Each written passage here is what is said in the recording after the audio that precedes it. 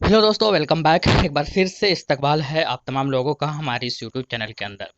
आइए दोस्तों, कुछ अपडेट्स है और उसी अपडेट के लिए मैं आप लोगों के सामने रूबरू हुआ हूं और बातें करेंगे। हम लोग कई सारे अपडेट्स है, जानेंगे एआईएमआईएम के उम्मीदवारों के बारे में, जानेंगे कब वो कितनी सीटों पर वो चुनाव लड़ेंगे, सीट शेयरिंग का क्या मसला चल रहा है। और इसके अलावा ये भी देखेंगे कि कौन सी पार्टी किस पार्टी से अलग हुई है। और कई सारी चीज़ें इस वीडियो के अंदर हम लोग जानने की कोशिश करेंगे। तो जो नहीं है वो बराए मेहरबानी चैनल को जरूर सब्सक्राइब करें और वीडियो को लाइक करेंगे तो आपकी मेहरबानी होगी। चलिए शुरू करते हैं दोस्तों।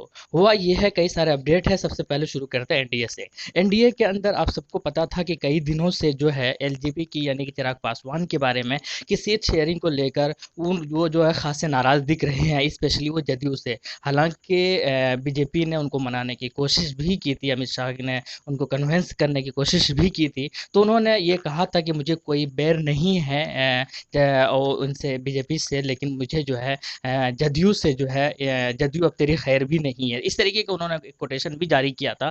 और उन्होंने आज जो है फाइनली डिसीजन ले लिया है और एनडीए से जो है वो अलग हो गए हैं। जी हाँ, चिराग पासवान जो है वो एक अच्छी खासी पहचान वाली पार्टी है बिहार के अंदर, उनके कई एमपी भी है।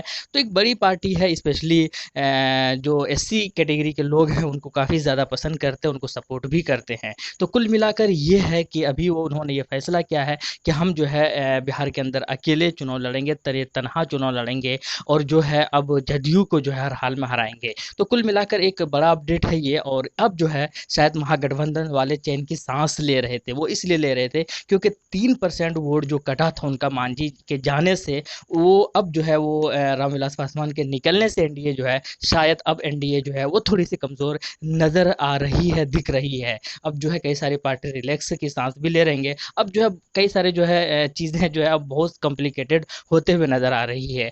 पहला अपडेट ये था। दूसरा ये है कि एक वीआईपी पार्टी जो कि कल जैसे कि मैंने बताया था कि महागठबंधन की सीट शेयरिंग भी क्लियर हो गया है।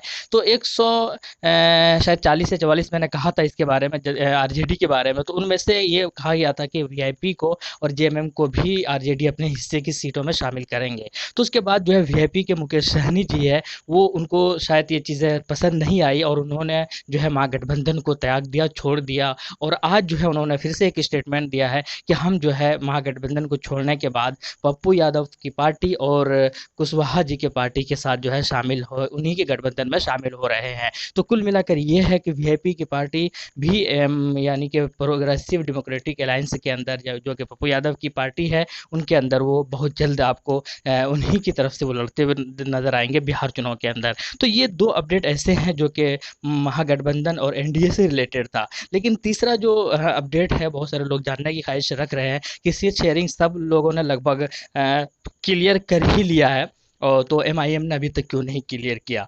तो अब मैं बता दूं, बातें चल रही है और अगले 24 घंटे के अंदर यानी कि कल जो है आपको जो चीज़ें हैं वो शायद प्रेस कॉन्फ्रेंस के द्वारा शायद चीज़ें आपको क्लियर हो जाएगी और अनाउंसमेंट भी हो जाएगा। सारी चीज़ें तय हो गई है और अब जो है ये देखना होगा कि कितनी सीटों पर फाइनली जो है एएम की पार्टी फाइनल डिसीजन लेती है, क्योंकि अब वो गठबंधन के अंदर, यूनाइटेड गठबंधन के अंदर है और दोनों के बीच में किस तरीके से तालमेल होता है, किस तरीके से जो, हालांकि शायद कुछ दावेदारी भी पेश कर रहे थे जैसे कि मैंने वीडियो के अंदर बताया था आप लोगों को। लेकिन कुल मिलाकर ये है स्टेटस, बहुत जल्द यानी कि कल जो है आपको, अगर कल नहीं तो परसों तो एनी हाउ अनाउंसमेंट हो ही जाएगा। लेकिन उम्मीद यही है कि कल जो है अनाउंसमेंट होने के पूरे पूरे चांसेस है, बातें सब कुछ क्लियर हो गई है।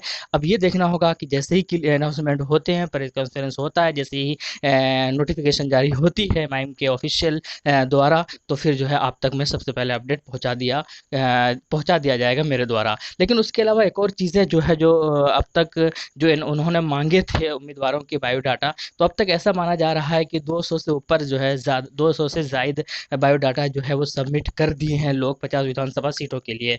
अब ये देखना है कि उसमें कटनी छटनी कैसे होता है। हालांकि ये बताया जा रहा है कि ये सर्वे टीम डिसाइड करेगी कि किसको टिकट दिया जाएगा किसको नहीं। लेकिन कुल मिलाकर ये है कि इतने सारे क्योंकि 200 से ज़्यादा उम्मीदवारों ने नाम दाखिल किया है, तो अब देखना होगा कि किसको काटते हैं, किसको छांटते हैं, किसको अलग करते हैं या किनको टिकट मिलते हैं। लेकिन ये इस बात को ख्याल हमेशा रखें कि जिनको भी मिले वेलकम करें, खुश खुशामदीद करें उनके फैसले को, आला कमान के फैसले को, तभी कामयाबी मिलने के चांसेस और प्रोबेबिलिटी जो है आपकी बढ़ जाएगी। अदरवाइज आपस में उलझने से, बागी होने से कोई फ़ायदा नहीं है, किसी और को फ़ायदा हो जाएगा।